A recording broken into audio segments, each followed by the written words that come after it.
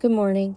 Picking back up in the book of Leviticus, chapter 27, let's pray. Teach us your way, O Lord, that we may walk in your truth.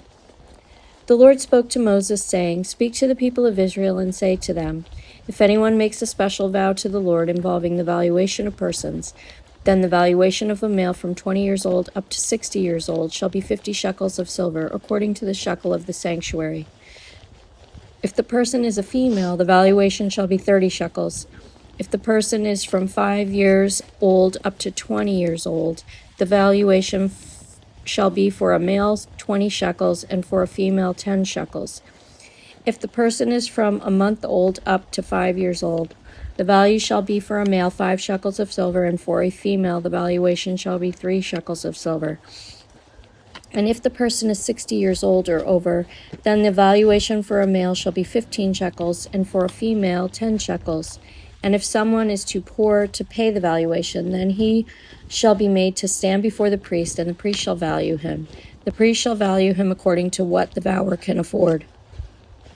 If the vow is an animal that may be offered as an offering to the Lord, all of it that he gives to the Lord is holy. He shall not exchange it or make a substitute for it, good for bad or bad for good. And if he does in fact substitute one animal for another, then both it and the substitute shall be holy. And if it is any unclean animal that may not be offered as an offering to the Lord, then he shall stand the animal before the priest, and the priest shall value it as either good or bad. As the priest values it, so it shall be. But if he wishes to redeem it, he shall add a fifth to the valuation. When a man dedicates his house as a holy gift to the Lord, the priest shall value it as either good or bad. As the priest values it, so it shall stand. And if the donor wishes to redeem his house, he shall add a fifth to the valuation price, and it shall be his. If a man dedicates to the Lord part of the land that is his possession, then the valuation shall be in proportion to its seed. A homer of barley seed shall be valued at 50 shekels of silver. If he dedicates his field from the year of Jubilee, the valuation shall stand. But if he dedicates his field after the Jubilee, then the priest shall calculate the price according to the years that remain until the year of Jubilee, and a deduction shall be made from the valuation. And if he who dedicates the field wishes to redeem it, then he shall add a fifth to its valuation price, and it shall remain his. But if he does not wish to redeem the field, or if he has sold the field to another man, it shall not be redeemed any more. But if the field, when it is released in the Jubilee, shall be a holy gift to the Lord, like a field that has been devoted, the priest shall be in possession of it. If he dedicates to the Lord a field that he has bought, which is not a part of his possession, then the priest shall calculate the amount of the valuation for it up to the year of Jubilee, and the man shall give the valuation on that day as a holy gift to the Lord. In the year of Jubilee, the field shall return to him from whom it was bought, to whom the land belongs as a possession. Every valuation shall be according to the shekel of the sanctuary. 20 gerahs shall make a shekel. But a firstborn of animals, which is a firstborn, belongs to the Lord. No man may dedicate.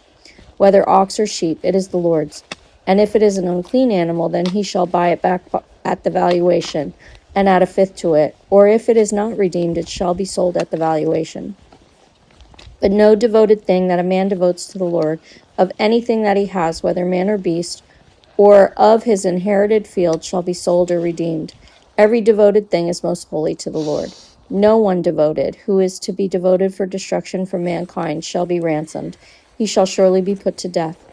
Every tithe of the land, whether of the seed of the land or of the fruit of the trees, is the Lord's. It is holy to the Lord. If a man wishes to redeem some of his tithe, he shall add a fifth to it.